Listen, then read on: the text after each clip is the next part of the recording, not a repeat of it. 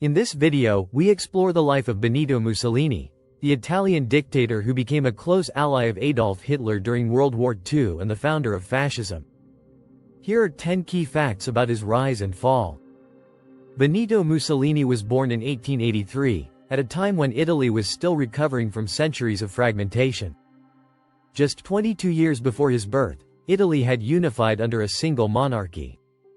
However, the country remained economically underdeveloped, with a stark divide between the rich landowners and poor laborers. Mussolini grew up in poverty. Although he often portrayed himself as a man of the people, his background wasn't as humble as he claimed. His father, Alessandro, was a blacksmith and a socialist, while his mother, Rosa, was a schoolteacher. The family struggled financially, in part due to Alessandro's drinking and extramarital affairs, leaving young Benito and his siblings in difficult circumstances. As a child, Mussolini showed signs of aggression. He was violent toward classmates and difficult to manage. He was eventually expelled from school for stabbing a peer with a penknife during a fight. Despite his behavior, he was intelligent and earned a teaching diploma, briefly working as a schoolteacher before realizing it wasn't his calling. Influenced by his father's politics, Mussolini initially embraced socialism.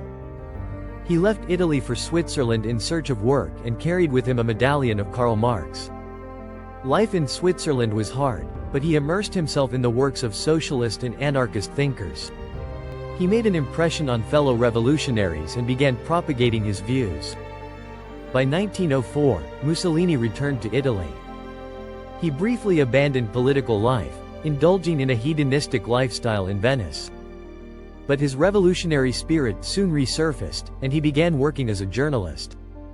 His socialist writings led to multiple arrests, but they also built his reputation. He founded his own newspaper, The Class Struggle, which became widely popular. During this period, Mussolini's views began to evolve. Initially a Marxist, the outbreak of World War I shifted his ideology. He saw the war as an opportunity for national rebirth and supported Italy's involvement. In 1915, he joined the army. After being wounded in 1917, he returned home and refocused on politics. Post-war Italy was in chaos. Mussolini capitalized on public frustration and in 1919 founded the Fascist Party. The movement emphasized nationalism, order, and anti-communism. Fascism promoted a centralized government and the leadership of a strong figurehead. Mussolini adopted symbols of the Roman Empire to inspire pride and unity. The pivotal moment came in 1922 with the March on Rome, a mass demonstration by his supporters. The Italian king, Victor Emmanuel III, invited Mussolini to form a government. Mussolini became prime minister, marking the start of his dictatorship. He was soon known as Il Duce, or the leader. Fascism, derived from the Latin fasces, a bundle of rods symbolizing unity and authority, emphasized authoritarianism, nationalism, militarism, propaganda, and censorship. The state controlled all aspects of life, demanding loyalty and service from its citizens. Unlike Nazism, which prioritized racial purity, Italian fascism focused on reviving the Roman Empire and uniting diverse ethnic groups under one state. Mussolini struggled with serious stomach issues throughout his life, often linked to stress. While fascist media avoided discussing his health, close associates noted how his chronic pain sometimes rendered him unable to function. Doctors prescribed a restrictive diet, which damaged his macho public image and led him to withdraw from social events. A master of propaganda, Mussolini meticulously crafted his public persona. Photographs and films portrayed him as strong and heroic, riding horses, piloting planes, or working among farmers. Rumors about his superhuman endurance circulated widely. For instance, lights were left on in his office at night to suggest he never stopped working. The regime discouraged any media portrayal of him as weak or aging. Stories even claimed that American razors couldn't cut his beard, or that he had healed a deaf-mute boy with a speech. Radio allowed his speeches to reach a national audience, and censorship ensured only supportive content was published. Mussolini received thousands of letters daily from citizens praising him. To many Italians, liberalism symbolized chaos, while fascism offered stability. Despite its oppressive nature, many credited Mussolini with saving Italy from collapse. In 1934, Mussolini met Adolf Hitler in person for the first time. At that point, Mussolini had already established himself as a dictator, and Hitler viewed him with admiration. Although Mussolini publicly praised Hitler, he privately considered him unrefined and disagreed with his racial ideology, at least initially. However, under growing pressure from Nazi Germany, Mussolini began to align more closely with Hitler's views.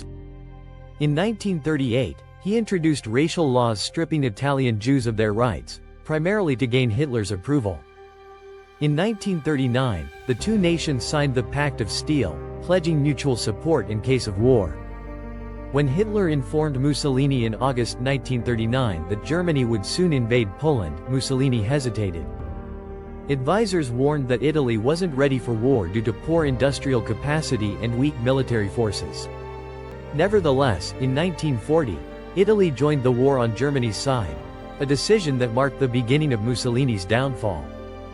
Italy's military campaigns were disastrous. Attempts to invade France, Egypt, and Greece all failed miserably. The Italian army became a laughingstock, and Germany had to intervene multiple times to save its ally. In July 1943, the Allies invaded Sicily. The Fascist Grand Council met and voted to transfer Mussolini's powers back to the king. He was arrested and placed under house arrest in a mountain villa. But a month later, German commandos rescued him. Hitler installed him as the head of a puppet state in northern Italy, the Italian Social Republic. Though nominally in charge, Mussolini had little real power. By April 1945, the Allies were advancing in northern Italy, and Germany's defeat was imminent. Mussolini attempted to flee with his mistress, Clara Petacci, disguised as a German soldier.